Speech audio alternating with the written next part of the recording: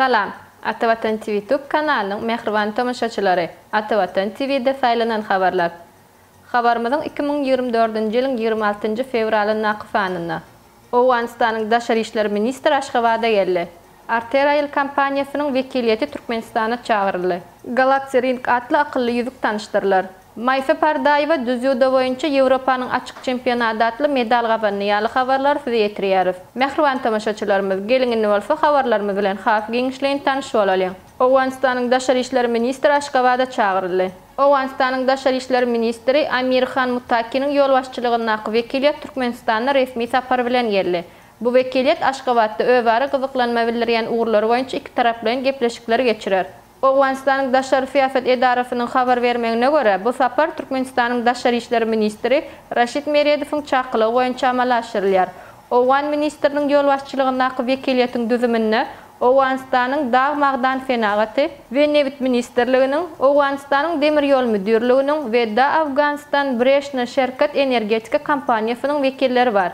Arterial kampaniýasynyň wekiliýeti Türkmenistana çağıryldy. Fransiýa Respublikasynyň Arterial kampaniýasynyň esaslandyrjysy we baş tutany Jérôme Garassianyň ýol başçylygynda bu kampaniýanyň hünärmenleri bilen Türkmen Demir ýolları agentliginiň hünärmenleriniň arasynda video aragatlaş arkaly duşuk bolup geçdi. Duşuň dowamynda Türkmen demir ýolçylary ýurdumyzyň demir ýol infrastruktura taslamalary, demir ýol pudogyny döwraplaşdyrmak we elektrikleşdirmek boýunça hyzmatdaşlyk meseleleri bilen fransuz hünärmenlerini tanıştyrdylar. Fransiýaly hünärmenler Türkmenistanyň demir ýol ulaglary edarasy bilen özara bähwitli hyzmatdaşlygy ýoly goýmagy gyzyklanma bildirýänliklerini we bar bolan taslamalara gatnaşyp ýurdumyzyň ykdysadyetini öz saldamyny goşantlaryny goşmak maksat edilýändiklerini beýan etdiler. Türkmen tarapy öz gezeginde Fransiýaly kärdeşlerini Türkmenistan bilen demir ýol ulaglary pudogyny alınıp barlayan işleri bilen ýakyndan tanıştyryp, ýerine hyzmatdaşlygy ösürmek meselelerini ara alyp maslahatlaşmak üçin Fransiýa Respublikasynyň Arterial kampaniýasynyň wekiliýetini ýurdumyza çağırdy.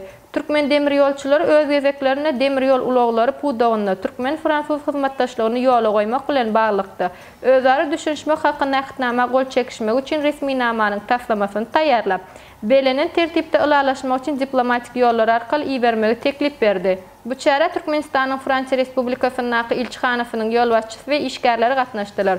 Duşuk däwe görülen dostlukly gatnaşyklar esasyna iş şewirlik we işçiň ýagdaýyna geçdi. Galaxy Ring atly akylly ýüzük tanıştyrlar.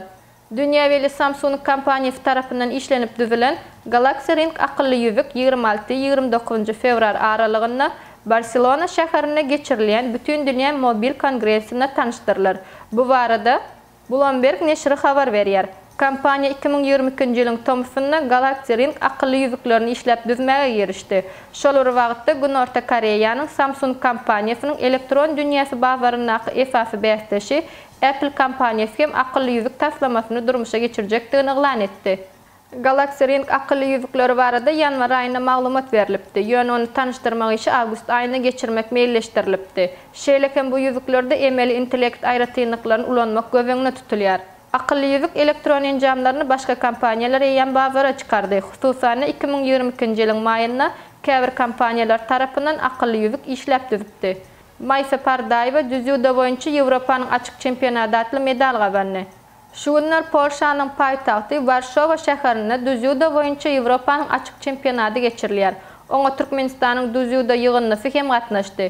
Türkmen türgenler bir altyn we bir kümüş medal gazandy. Bu halkara yarışa dünýäniň 39 döwletinden 464 türgen gatnaşýar. Türkmenistanyň, Ukrainadan, Gazagstandan, Azerbaýjandan, Gruziýadan we beýleki ýurtlardan güýçlü türgenler gatnaşyp baýrakly orunlar üçin bäsleşýärler.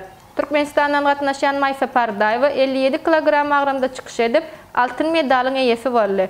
Ol bu iri sport ýarışyna Ispaniýaly, Niderlandaly hem de Fransiýaly bäsleşlerinden öňe saýlanmagy başardy. 57 kilogram agrymdaky bäsleşikde Türkmenistandan Maysa Pardaýewa altyn medal, Ispaniýadan Marta Martin Garcia kümüş medal, Shannon van de Meberg hem de Fransiýadan Marta Favaz bürünç medalyň eýesi boldylar. Şeýlekem Serdar Rahimow erkekleriň arasynda 66 kilogram agrymda çykyş edip kümüş medalyň eýesi boldy. Ol bu iri sport ýarışynyň ýarym finalyna Beýik Britaniýaly Hal Samuel'i yeňip finala çykdy. Finaldaki bäfleşi Ukrainadan Nikita Glaborodko boldy. 66 kilogram ağrımdaki bäfleşikde Türkmenistan'dan Serdar Rahimov kümüş medal gabandy. Birinji orny bolsa Ukrainadan Nikita Glaborodko ýeledi. Hormatly tamaşaçylarymyz, faýlanan habarlarda we ýetirmeýän habarlarymyz şulardan ibaret. Şeýle hem ýurdumyzda bolup geçen täzeliklerden ilkinji bolup habarly bolmagy isleseňiz, Atawatan TV YouTube kanalyny iýerlemege dowam ediň. Özüňize gerekli peýdaly maglumatlar okumagy isleseňiz, Atawatan Türkmenistan halkara jurnalynyň atawatanturkmenistan.com saýtynyň okap bilersiňiz. Gepleşiklerimiziň indiki sanyna görüşýänçek hoş, sag bolun.